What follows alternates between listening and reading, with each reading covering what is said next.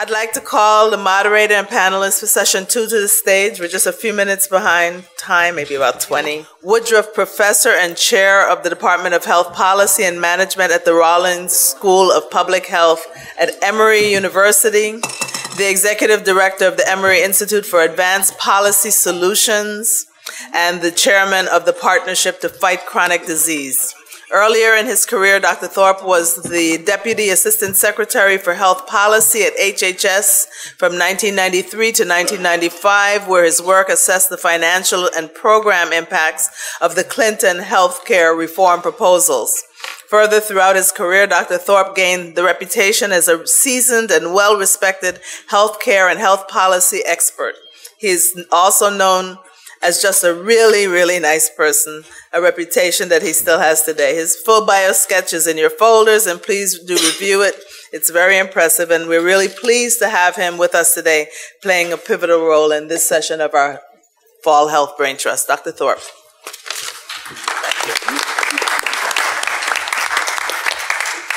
Well, thank you for that overly generous introduction.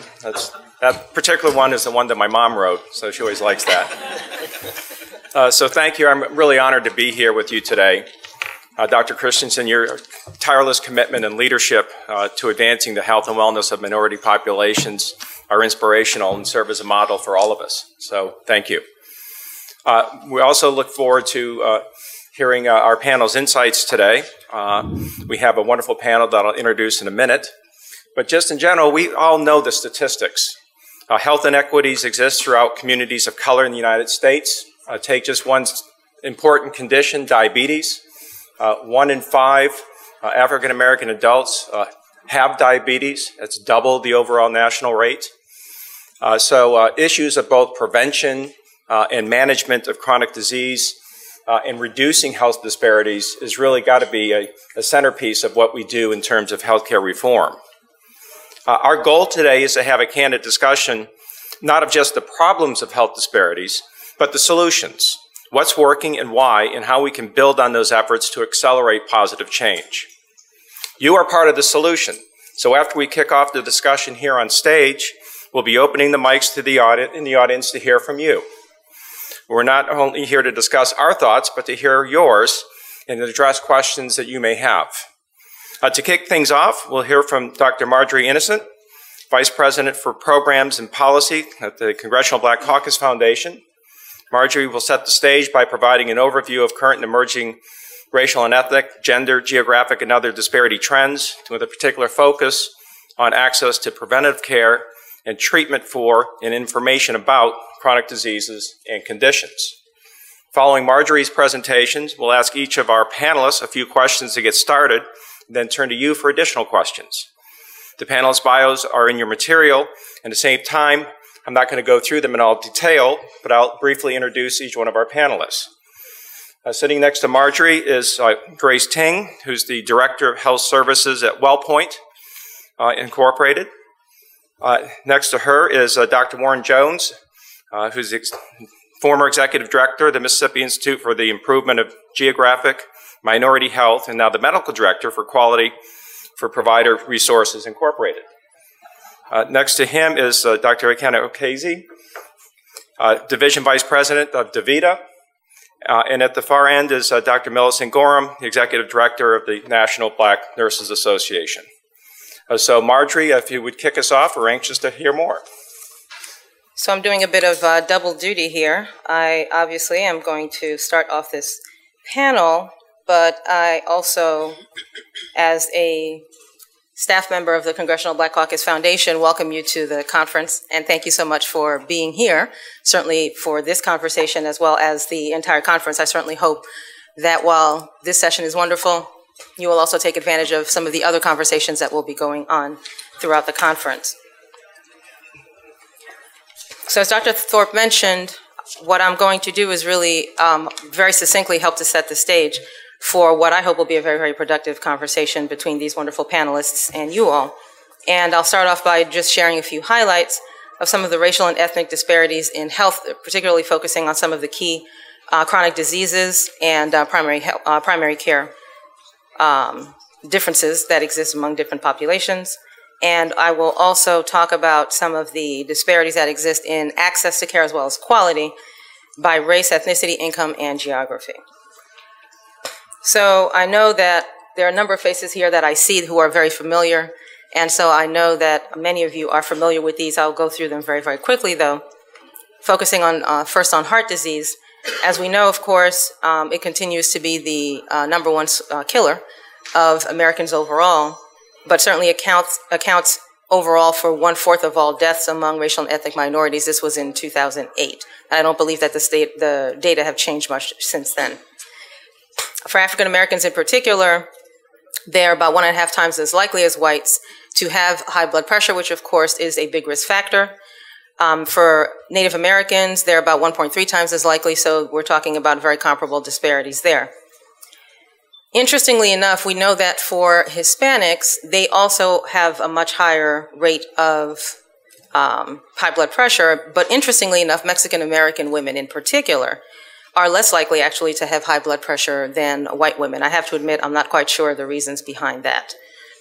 Overall, Asian Americans are not only less likely to have heart disease, but also less likely to die of heart disease than whites. Dr. Thorpe mentioned, of course, diabetes, and we know that for African Americans, for Native Americans, and for Hispanic Americans, in particular Mexican Americans, they are about twice as likely to have diabetes.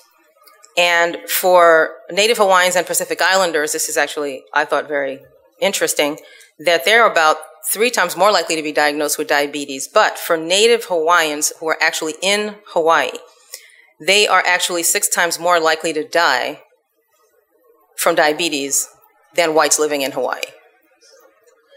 Okay? HIV and AIDS, we know, continues to be a growing problem, particularly among African Americans.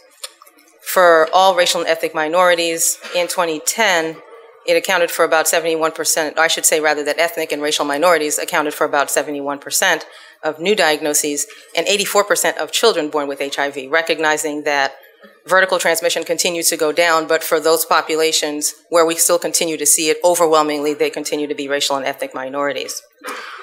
And of course, we know that, again, disproportionately African Americans are impacted both around HIV as well as full-blown AIDS. For Native Americans, also the rate of AIDS is, for Native American women in particular, the rates of AIDS are actually twice as high as they are for white women. For Hispanic females, 4 times as great. And for Native Hawaiians and Pacific Islanders, they are twice as likely to be diagnosed with AIDS than the white population. Cancer, we also see very similar trends there, either the first or second leading cause of death for racial and ethnic minorities. African American women, interestingly, are 40% more likely to die for breast cancer than white women, but we also know that they are more likely to be diagnosed later. So, of course, the higher death rates are not surprising. For American Indian women, 1.7 times more likely to die from cervical cancer. Hispanic women, twice as likely to die of cervical cancer. For Asian and Pacific Islander American men and women, actually, the incidence and mortality rates for stomach and liver cancer are greater. And for Native Hawaiians and Pacific Islanders, they're about 1/3 more likely to be diagnosed with cancer in general. So obviously with these kinds of trends, it certainly suggests that we have some real challenges that continue to be pervasive within our primary and preventive healthcare system and certainly help to explain these disparities. And so we know that half of Hispanics and about 1/4 of Americans do not have a regular source of care. People of color in general are less likely to have a regular source of care and also have lower utilization rates. And this is actually an issue that we are going to talk about during this panel, as well as in particular the efforts that our wonderful panelists have made to really try to have more patient-centered care, including DaVita, and to try to increase utilization of healthcare services. And we also know that community health centers have played a major role in providing care at the local level, particularly for low-income communities in urban areas, as well as rural communities. That said, they do experience some real challenges that really ultimately have to be addressed in order for us to really be able to see a real difference in health outcomes for people, in particular they continue to have some real staffing limitations.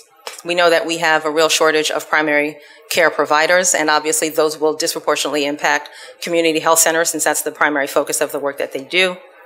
And they continue to experience some real challenges with being able to get referrals for patients to be able to get care that's really needs to be provided outside of community health centers. And some of these are, of course, costly, but also can be very, very debilitating, right, for the communities in question. So we're talking about mental health, substance abuse services, diagnostic testing. All right, so these are clearly factors that really have to be addressed in order to be able to strengthen what it is that community health centers do.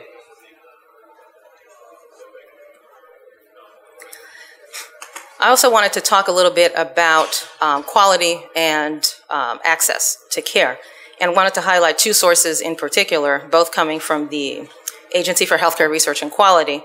The first is the National Healthcare Quality Report, which obviously looks at quality along certain indicators, such as, for example, the percentage of patients who had a heart attack who actually received the care that they were supposed to receive when they reached the hospital. Percentage of children who actually receive recommended vaccinations is another example. And the other report is the National Healthcare Disparities Report, which obviously focuses on disparities and really looks at quality and access along some key disparity indicators, if you will, race and ethnicity, area of residence, particularly for rural communities, as well as for people with disabilities. And they also look at these indicators along different income. So I hope this is fairly focus on the colors. That's the main thing here. What this basically is showing us is that for racial and ethnic minority populations, as well as low-income groups, and I'll read the groups for you at the bottom so you can have a sense of what it is that's going on here. It's literally showing us the extent to which the care that the populations received was either better, and those are the black bars, about the same as the white population, those are the blue bars, or actually worse, which are the green bars, or the lower ones, or the perhaps green-yellow bars, okay? And so the black population is the second from the left. Asians are the third from the left. Hispanics are fourth. And poor are the ones on the extreme right. And I highlight those for a particular reason. With this particular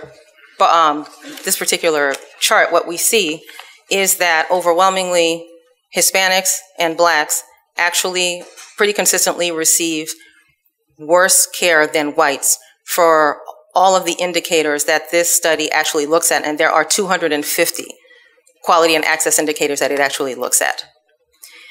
However, if you look at the extreme bar on the right, across racial and ethnic groups, the group that actually receives the worst care compared to the referent group are actually poor people. So consistently, and you'll actually see this in the next graph as well, across all racial and ethnic groups, the quality of care that poor people receive is basically substandard compared to the quality of care that people who have more resources receive. Same situation here, and you can see what I was talking about even more visibly, all right, even more clearly when we look at access. All right, again, low-income group on the extreme right, and what we see actually is that here, African Americans, again being the second one from the left, they actually have about a third less quality access to, or access to quality care, I should say, than whites. But Hispanics, Native Americans, they actually have about 2/3 less quality care, okay, or access to quality care. And for the low-income population, literally it's about 90% of the time, literally the quality of their care is not comparable to that of the wealthier population, okay, across all racial and ethnic groups. And just to show you very quickly across the country, if you take a look at this map, again, the yellow states, or the states I should say highlighted in yellow, are actually representing the first quartile of quality. That is to say, the states that have the best quality of care, nationwide, okay? The next best group is actually the blue group. And you see where they fall geographically. The dotted ones, that is to say the polka dot ones, represent the third quartile, and those with the least solid quality of care are the sort of darker, the more heavily dotted ones, if you will. And interestingly enough, what you don't necessarily see here is that in the Northeast, where generally the care tends to be much better, the quality of care tends to be a lot better, those are actually also the states where preventive healthcare services are actually strongest, okay? In the Midwest, where you see that, the care generally is pretty solid also, that's actually the area where a lot of chronic disease management tends to be best, all right?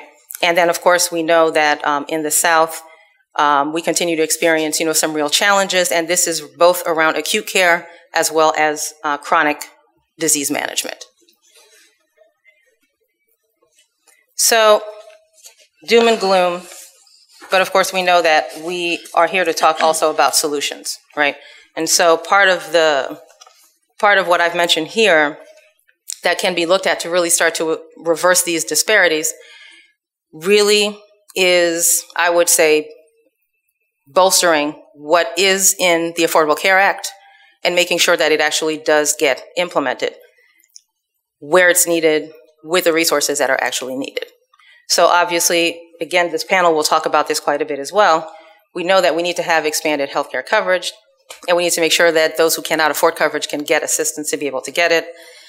We absolutely have to increase our primary healthcare coverage in this country and really start to look more at medical homes, again, which is a very important conversation that we're going to have here with these wonderful panelists. And I talked already about community health centers, which of course is connected to the primary home, the primary medical home piece. And again, we can't just be looking at increasing the number of centers, but we also have to be looking at making sure that they've got the resources to do what they really need to do. Which then leads to the next point. We also need to be focusing more on health promotion and disease prevention. What we've got in place right now, unfortunately, is a healthcare system which continues to generate a pipeline of folks who will continue to feed into the need for specialty care and last-minute care, if you will. We've got to be able to start to reverse that. And obviously, we have to address the immediate needs of the population as such as they are, but we also, in tandem, have to make sure that we continue to focus on bringing down the burden of disease, right? And really making sure that from a systems model as well as a personal behavioral approach, that we do a better job of really focusing more on prevention. And obviously, the quality of care is also something that is really important. Again, a number of the panelists will be talking about their efforts in that area. Along with that, data collection and reporting are also very, very important for us to make sure that we understand what it is that is happening and what it is that is not happening, right, around care, and what it is that people are actually getting or not getting. And cultural competence, diversity, distribution of the healthcare workforce, again, clearly we saw it from the map that I showed you. I certainly hope anyway that it was clear that the distribution of providers such as it is definitely not working out. Okay, and this is not just the distribution of physicians and nurses, but also allied healthcare workers. And there's something that really needs to be done to be able to address that. And then lastly, I mentioned that we really also need to focus very intently on looking at the issues of bias and stereotyping within the healthcare system. I can certainly share my own personal stories, but I know, and I've heard of too many, that even for people who actually have healthcare coverage, who know what it is that needs to be done to be able to keep themselves healthy, that they've had some experiences that were less than stellar with the healthcare system, and that certainly can help to explain to some degree anyway why for some people they'd rather not go to the doctor until it's too late. And I think you sort of see the direction of discussion that the panel is going to move toward. We have some very major problems in terms of chronic disease prevalence, particularly in minority populations. 83% of what we spend in healthcare is linked to chronic healthcare conditions. That's where all the money is. Most of it is preventable. Yet if you look at where we spend our money in our healthcare system, less than 3% of it is spent on prevention.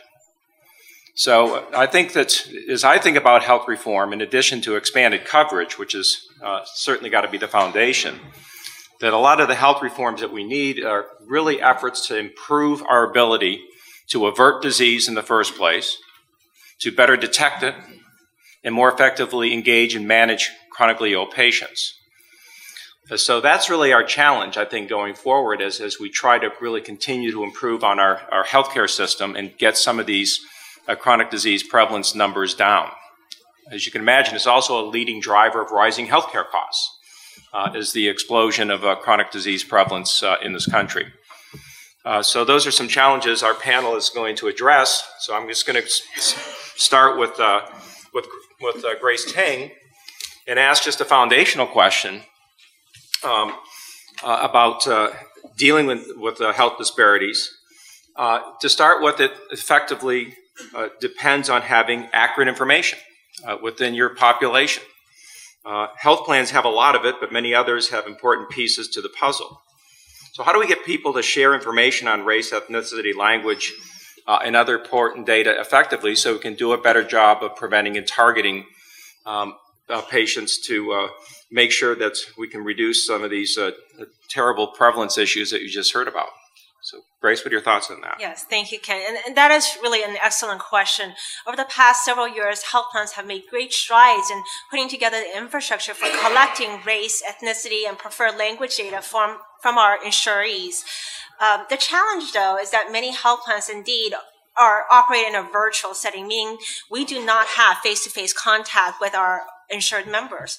But many of you who work in point-of-care settings like hospital clinics do.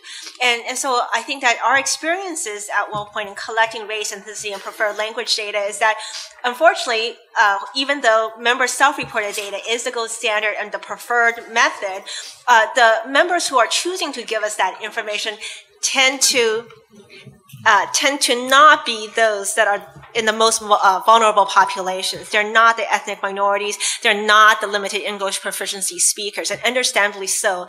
I think the collection process is somewhat cumbersome at times, and so we're not able to reach all the members that we need to.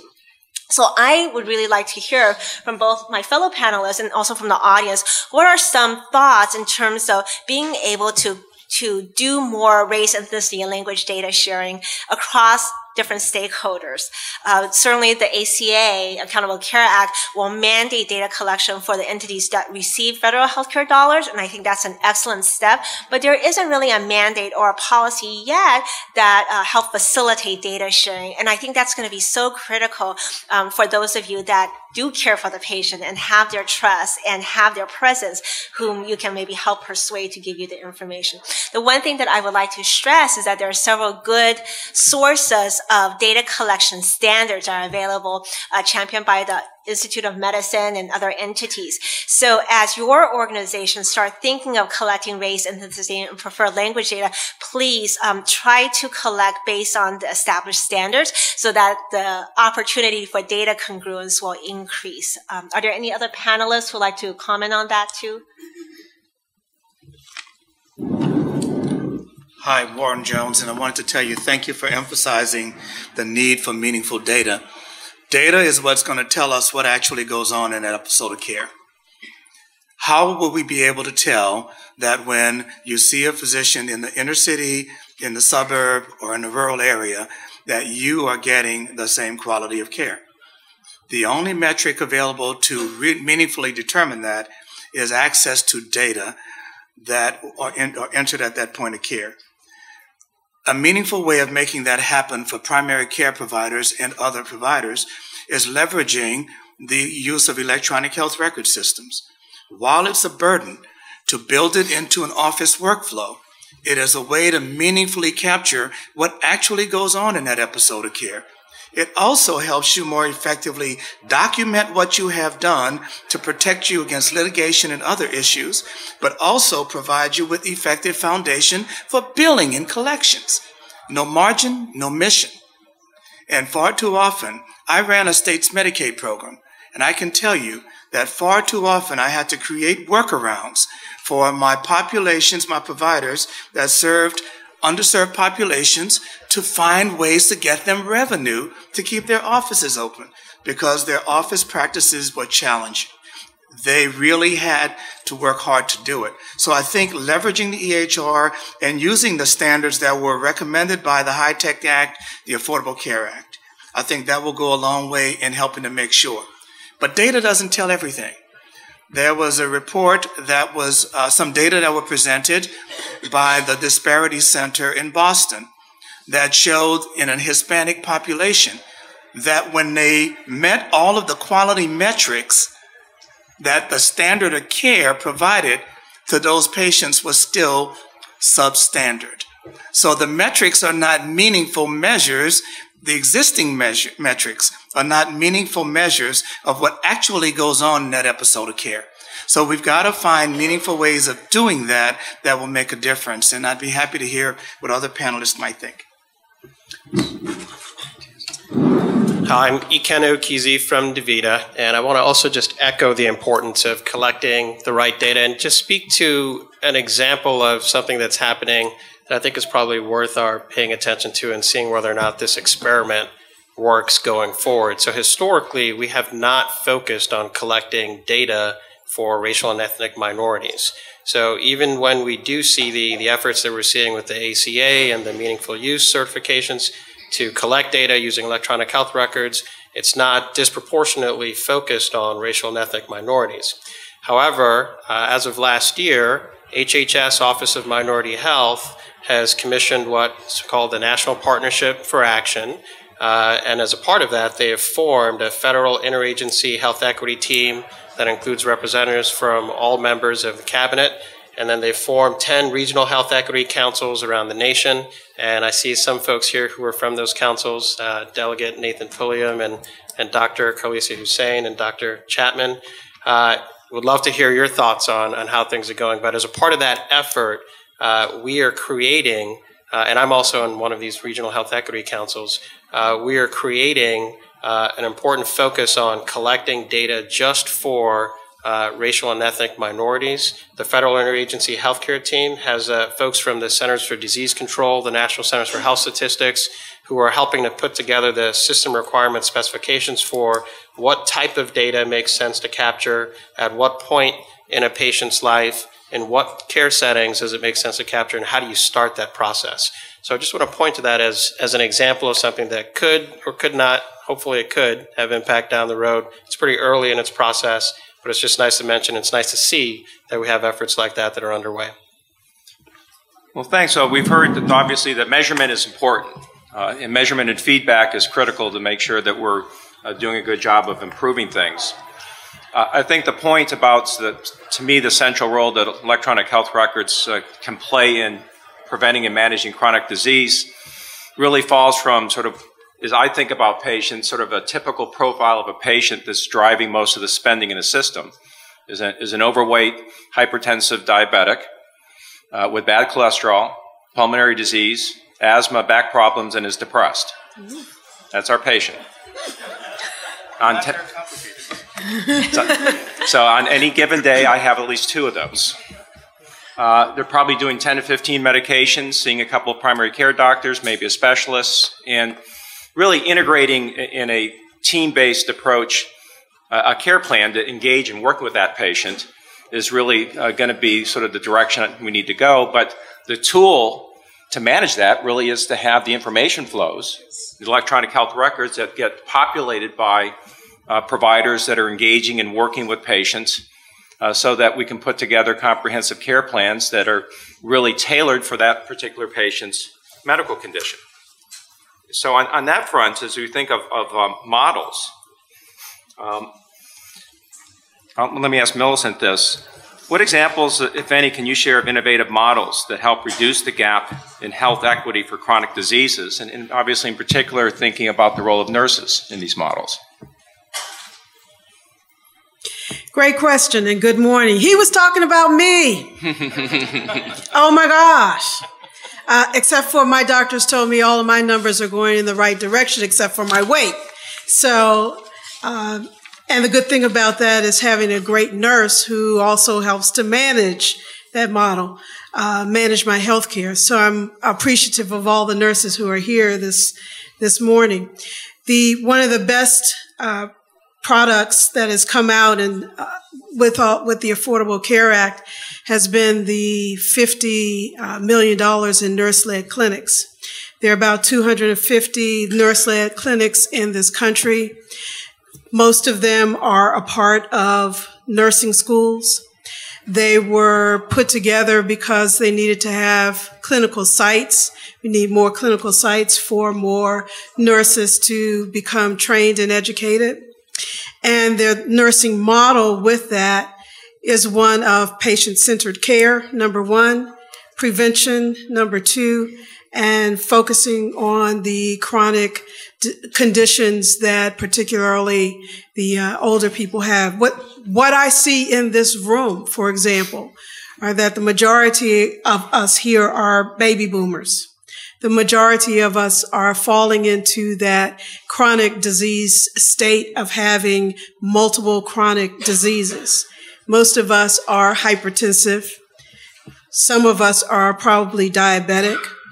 Some of us have high cholesterol levels, and you need a wonderful nurse to help you manage those chronic diseases. They are the providers, primary care providers, that can help you manage those diseases, particularly when you're talking about the preventive, the risk factors related to cardiovascular disease, related to diabetes, related to obesity.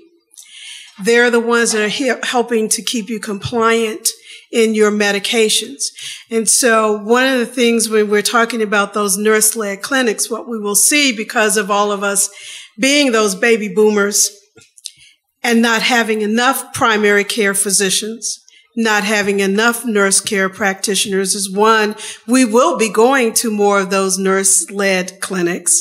And we will be going to more of those nurse-led clinics that you're now seeing in the CVS, in the Costco, in the Walgreens, the Rite Aid, the Walmart, because that's where those nurse-led clinics are being housed. So I think you're going to see that as one model that is going to continue to expand. Thanks. Well, I'll kind of throw this one open to the panel and focus now on the provider side. We've heard a little bit about some of the reforms needed to address patients. It seems to me that we also need to improve the cultural competency among medical professionals. So what can we do to enhance cultural competency among providers and other healthcare professionals? And I'm just open that. Warren? Ken, I think that's a great question. And data has shown that providers bring their bias to the encounter and patients bring their bias to the encounter. And the question is, how do we work through that impasse in that 15-minute hour to accomplish the things that are essential to accomplish and to document that they occurred? On the provider's side, it is our responsibility to put ourselves in a position of strength to support the patient's needs. And what do I mean by that? Understand the cultural background that our patients bring to that encounter. Typical example, in Mississippi, a patient I'm aware of complained of a misery in her side for several years. Kept seeing her doctors, never found out why. Brought her to a primary care provider who was culturally proficient, who was able to understand that the misery in her side was what we would have called a flank pain radiating towards the umbilicus that is in this nature. Found a fungating mass on the kidney and was able to save the person's life. The cultural sensitivity of understanding how to communicate with that patient was key to that patient's survival. Now the question is, how do we infuse that, and how do we instill that, and how do we get our providers comfortable with that challenge? And it's got to begin from the time that they decide they want to be healthcare providers, whether they're physicians, nurses, or allied health. And it takes the mentors who help to guide them into those careers. It takes the people who educate them, and it takes the people who train. Far too often, cultural competency has been seen as a competency. Oh, I'll check that off. I've done so many of these procedures. And they don't learn how to integrate it into the activity that they do on a daily basis with the patients. And the other thing we do is we got to stop looking at the clock. Even though you are seeing patients in time segments, you got to see the patient for the patient's needs. If you invest another 30 minutes today, you may have saved 10 hours later. And it's all a part of understanding the environment in which we practice. And the last thing I'll mention on that is we've got to understand that there are language variances even when English is the only language people speak. And it's complicated when we have English as a second language. So we've got to find mechanisms to make sure that we provide for patient confidentiality, but effective patient communication. I can't get someone to join with me in helping them to deal with their challenges if I can't share with them if I can't have them share with me what I've learned from that experience and have me share with them something that they can buy into to help them to get better. It is an essential component of sealing that deal, closing that contract, and having the patient do better. So we've got a challenge there in how we educate ourselves and our workforce. So thank you, Warren. I think those are some really excellent points, and I wholeheartedly agree. And I think that this evolution towards patient-centered care is going to be critical. It's not realistic for healthcare providers to remember, well, for this particular culture, I need to remember these elements, and for that culture, I need to remember these elements. But if the focus is on the patient and what's meaningful to the patient, I think that would lead to better care. So I applaud the evolution towards patient-centeredness. And to that end, I truly believe that any good communication is a two-way street. And there are actually quite a few excellent training programs that try to teach healthcare providers these kind of cultural competency, treatment skills, listening skills. But to this day, there have not been too many resources developed for the patient, the other part of the equation. I think that there's a lot that we can do as stakeholders to elevate patient engagement and medical consumerism among the part of the patient, so that when they go into that what's realistically a 10 or 15-minute encounter, that they are the most effective in delivering what symptoms bother them and what their medical needs are to the providers. And so to that end, for example, WellPoint, my company, has developed a medical consumer course geared towards health educators, whether it's clinical or a lay health educator, to teach patients how to more effectively communicate with their healthcare professionals. You'll see in many minority cultures, there is a sense of respecting the medical cultures, not wanting to question the diagnosis or the treatment plan. And I think it's incumbent on all of us to help patients recognize that they too are an important part of the medical decision-making progress, and only then can we have effective adherence to treatment plans. So I think that's very critical. Any others want to comment? Yeah, I'll add that just briefly, that I think in addition to cultural competence, it's important to have cultural congruence of providers as well, and it makes a difference to a patient when the patient's in a certain minority and the provider's in a certain minority. You have that instant rapport when you walk into the room. It doesn't have to be that way, but it's nice when it happens. And I believe the Affordable Care Act calls for the expansion of by 10,000 the folks who are going into the National Health Services Corps loan forgiveness programs for racial and ethnic minorities. I think we just need to probably continue to focus on making sure we're training racial and ethnic minorities in medical schools, in nursing programs as well. Well, let me follow up on that point on the Affordable Care Act. So I think to make progress here in addressing and reducing health inequities, we still need additional reforms and changes in policy. So we're still having an ongoing debate, obviously, with the Affordable Care Act. How can we get past the politics into the policy, and specifically, what else do we need to do that really the Affordable Care Act perhaps didn't go far enough in doing? Ken, that's a great question. We've won the war. Now, how do we win the peace? And I think that's the critical question facing us. The war has been won. SCOTUS has said that the Affordable Care Act is constitutional. So where do we go from here? And my recommendation to all of us in the room as leaders is to engage in a two-pronged dialogue about it. Distinguish the politics from the policy.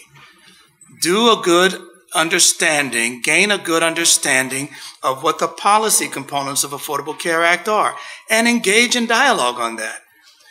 if you allow the political aspect of it to fall into place first, then people will retrench to that and you won't get any progress. Typical example, I've been invited to about 4 television programs, talk programs in Mississippi surrounding the Affordable Care Act. And usually I'm paired with a member of the legislature. And I'm talking policy and they're talking politics. And there can't be a congruence because we're talking 2 different things. And I let them know that we've got to make sure we understand the policy. So my question to you is, how do you strategize for your community to get beyond the shouting of the politics to the reasonable understanding and appreciation of the policy? I haven't run into anyone who is opposed to any of the policies that are in the Affordable Care Act. All I've found them opposed to is what they perceive to be the politics. So we've got to find a mechanism to do that at the community level to help to make that effective. And I think getting down to the community level is exactly where we need to go. You need to make sure that whatever you're doing in terms of in the policies relating to the Affordable Care Act gets down to where the rubber meets the road, and that means to our communities, to our neighborhoods, and it means putting the policies into action. One of the things that I'm appreciative of with the National Black Nurses Association is that the chapters, we have 84 chapters in 35 states. They all take the Affordable Care Act and the access to those services quite seriously. They've been providing healthcare screenings.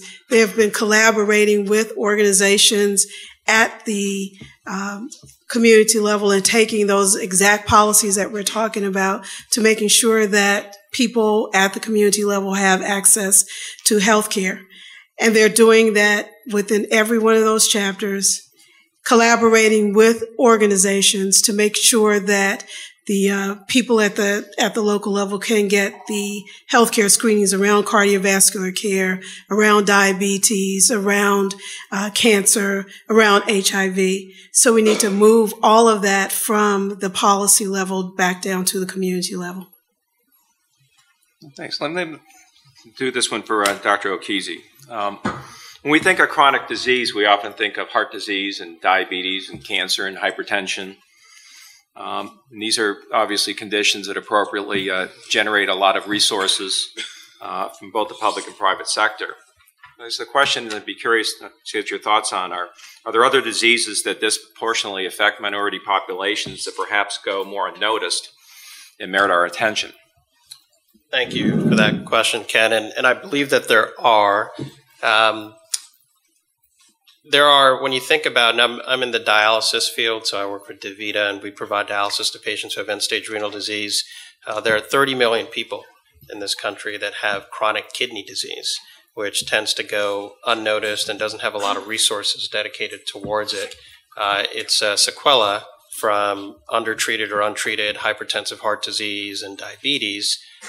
And the unfortunate thing is that once it happens, it's hard to reverse it. It's actually impossible to reverse it. So once folks get end-stage renal disease, you don't go back from it. I think there are other areas, too, that we tend not to focus on outside of ESRD.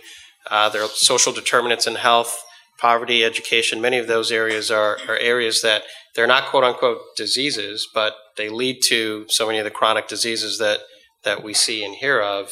So if there's a way for us to spend a little bit more time thinking more broadly outside of the typical, it's heart disease, it's cancer, it's infant mortality for African Americans. Let's think a little bit more broadly. Asthma. That has environmental components. Musculoskeletal. Yes.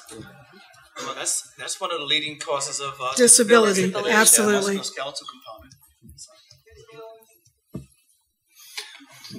And Ken, if I may share something? Yeah, please. I just want to emphasize, underscore something that my colleague just shared. We have to assume the responsibility for having ourselves evaluated and monitored. And I thought I was doing a pretty good job. But November of last year, I woke up one morning and my world was turned upside down. And what I've discovered through the course of my workup following that is now I've got chronic kidney disease. And I had been previously healthy. No history of uncontrolled hypertension. No history of diabetes. So, but we've got to find a way to make sure that people are engaged. And I did not have a problem with access to health care. I'm a past president of the American Academy of Family Physicians. Everybody wants to treat me.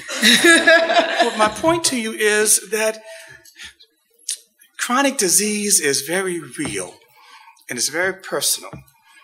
And we've got to find a way to motivate the people in our families to take that extra step, to get in that medical home and to get that regular screening. And more importantly, to follow up on that recommendation and advice. Because you never know at what point in that continuum you find them, and you can help them maybe not revert back, but not go forward. And it's important for all of us to be around the people we love and to help them to make sure they get the health care they need. And I think that's the reality of how do you affect policy change is to make it personal. You know, start with yourself, your own family, by showing the health disparity trends within your community. I think the tendency is just for local stakeholders to say, oh, it doesn't happen in my community, and for doctors to say it doesn't happen in my clinic or hospital. But if you have the data, and we go back to that data, if you collect the race, ethnicity, and socioeconomic data, and you're able to match out with the clinical metrics to say, look, here are the trends within your organization, within your community. Now, since it impacts all of us in the community, what do we do to change policy so we can address some of those needs? I think that's where you'll see the motivation.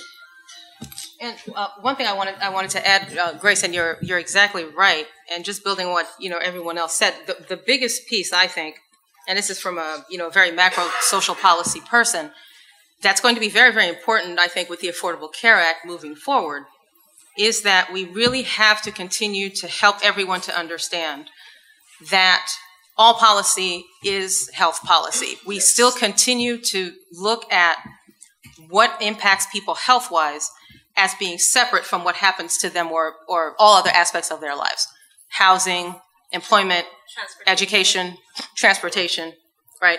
And so to the extent that we continue to separate health from all other aspects of life, we continue then to relegate it to this position where there will always be something else that's going to dominate above it.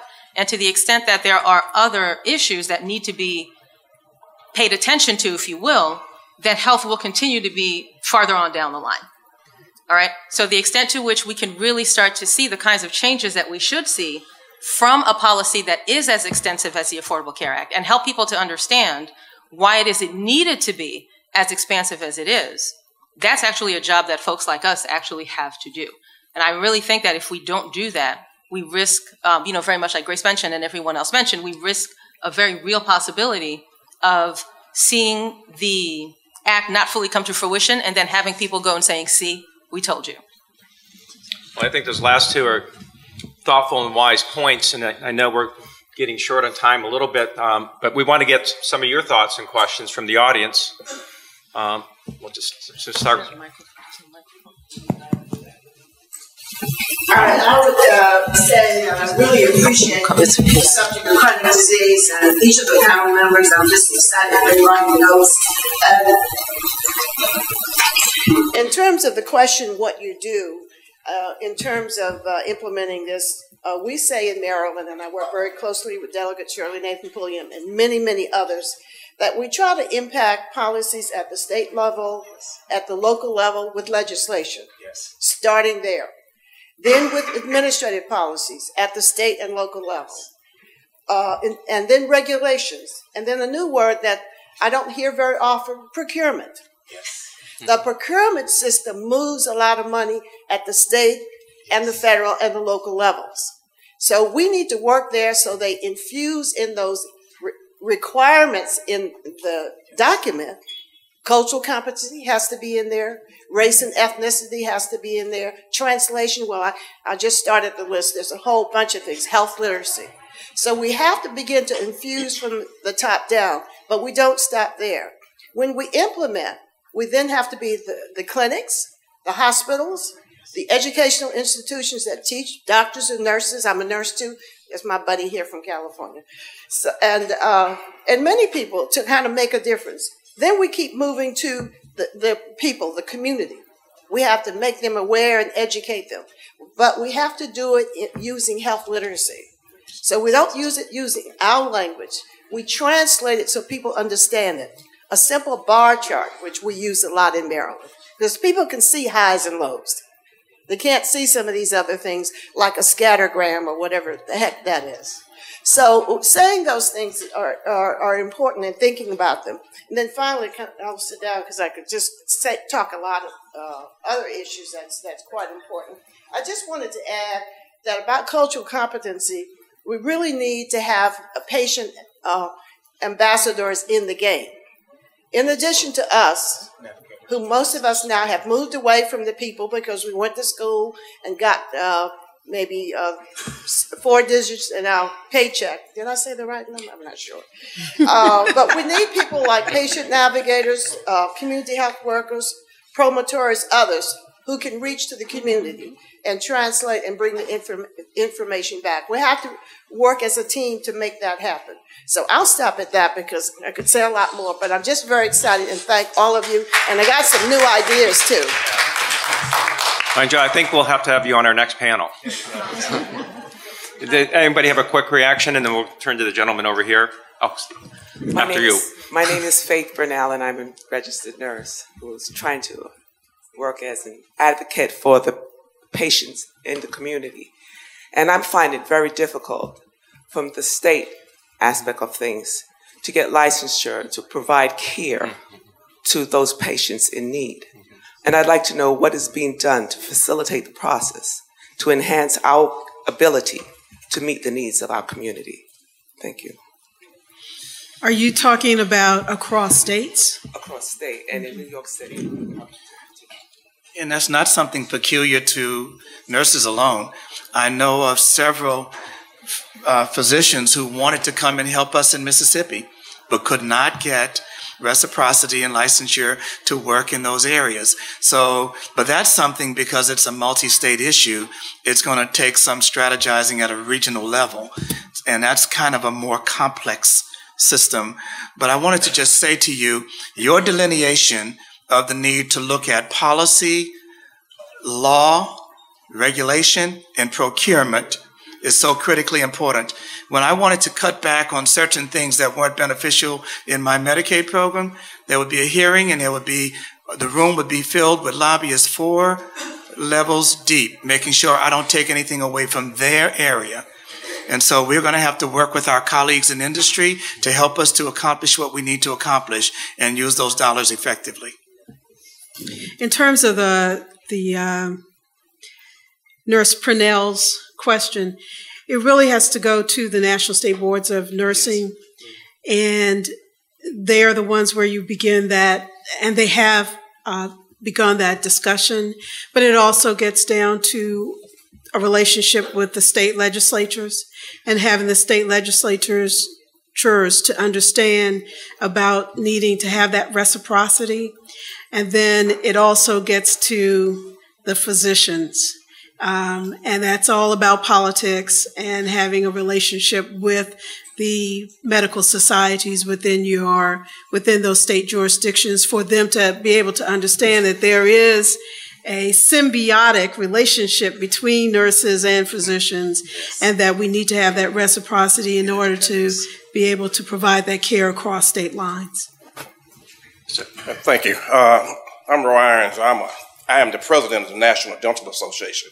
This is a very distinguished panel, but we cannot forget about oral health and the chronic issues that goes along with this. So I think in the future, when we have a panel, we're talking about these chronic problems with the medical issue.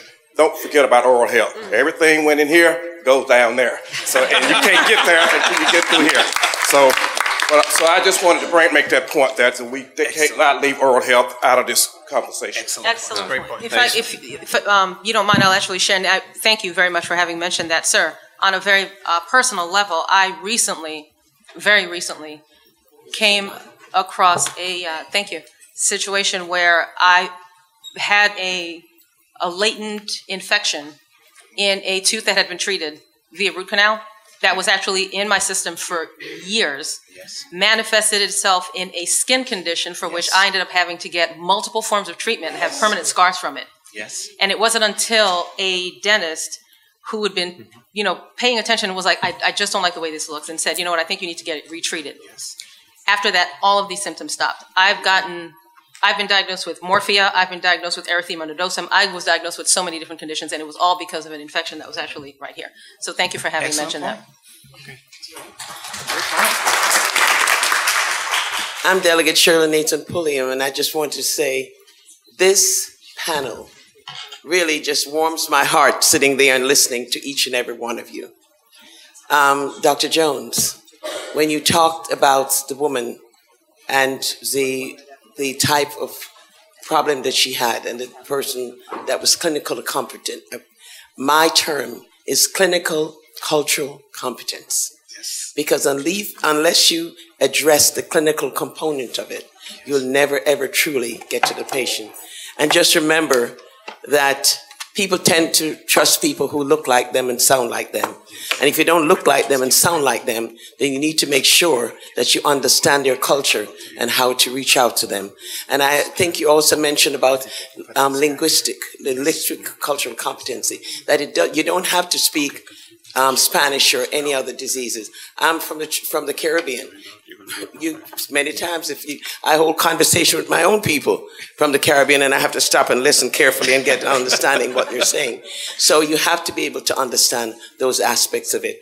I think when I listened to what you said, Keena, about the 30 million people with end-stage renal disease, when we look at Millicent, I can just brag about being a nurse standing here because this is my 35th year.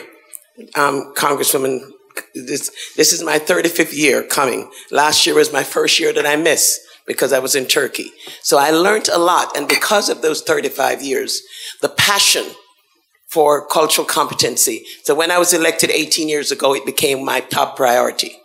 And so all of the bills that poor Dr. Hussein has to implement in the Office of Minority Health comes from the legislation, over maybe 2,000 to 3,000 legislation that address racial and ethnic disparities.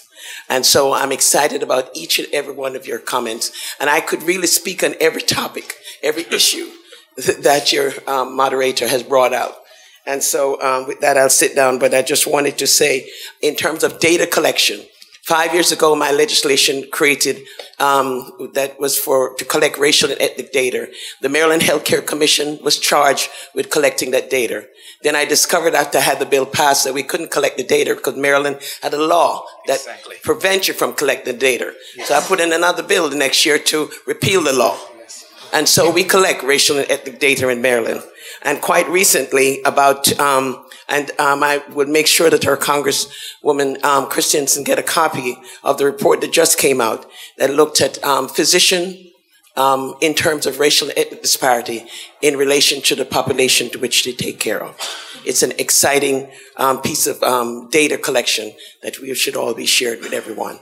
I know we've run out of time, but what I'd like to do is to get, if people can briefly go ahead and make their point.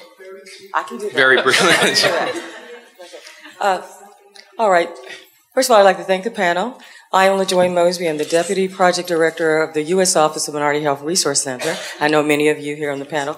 I'd like to tell you that we do have cultural courses for physicians and nurses and emergency responders. ThinkCulturalHealth.gov. There are tremendous tools to help you in every aspect at the Office of Minority Health Resource Center, and we'd like you to contact us. Now, we're all here today, but feel free to contact us on Monday. You can take a look at our website anytime, and I'd like to let you know that we here have the tools that could help. We recognize a course is not the end-all for cultural competency, but it's a beginning for many physicians, and we know some states require physicians to have those courses done before they will renew their licenses. Thank you so much. Okay, thanks.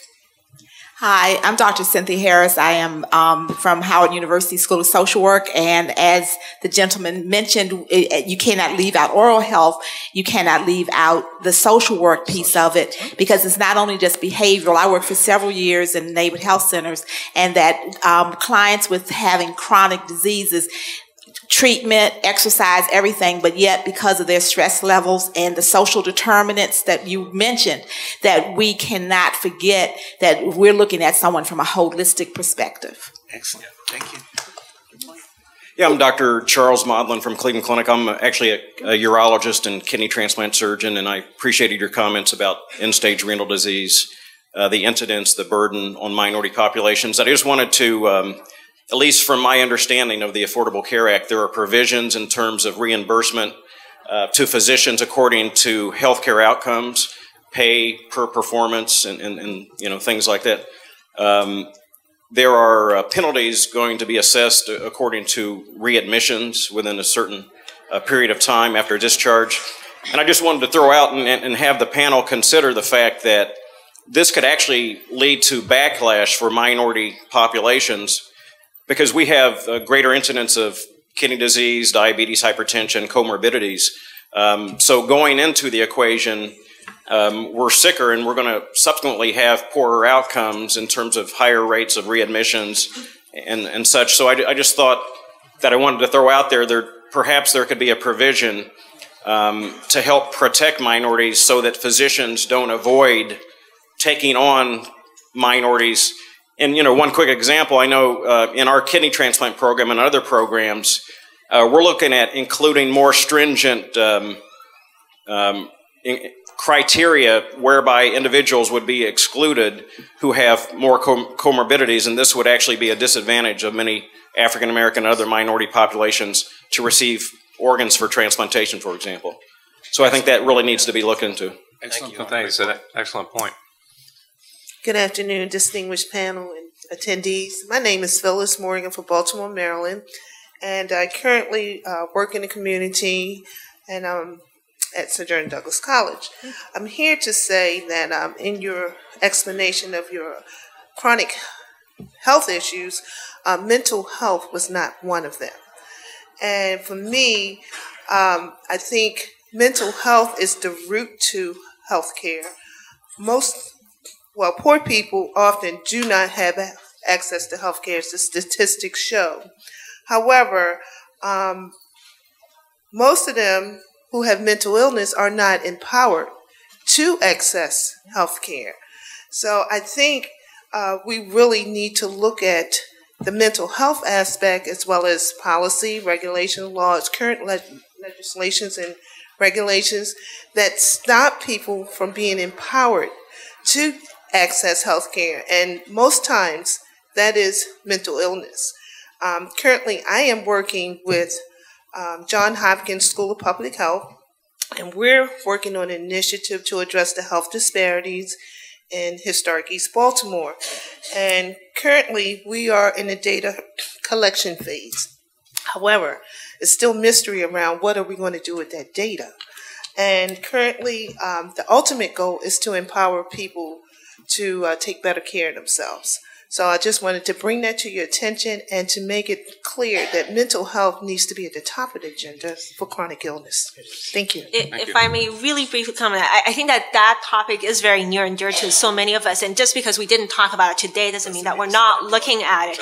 Yeah, and I think that besides the access issue, we also need to work very hard in terms of education to remove the stigma of mental illness, really creating that as a clinical condition and not a character. I mean, besides, I think among many minority, that is the perception. So removing the stigma for seeking care is going to be tremendously important.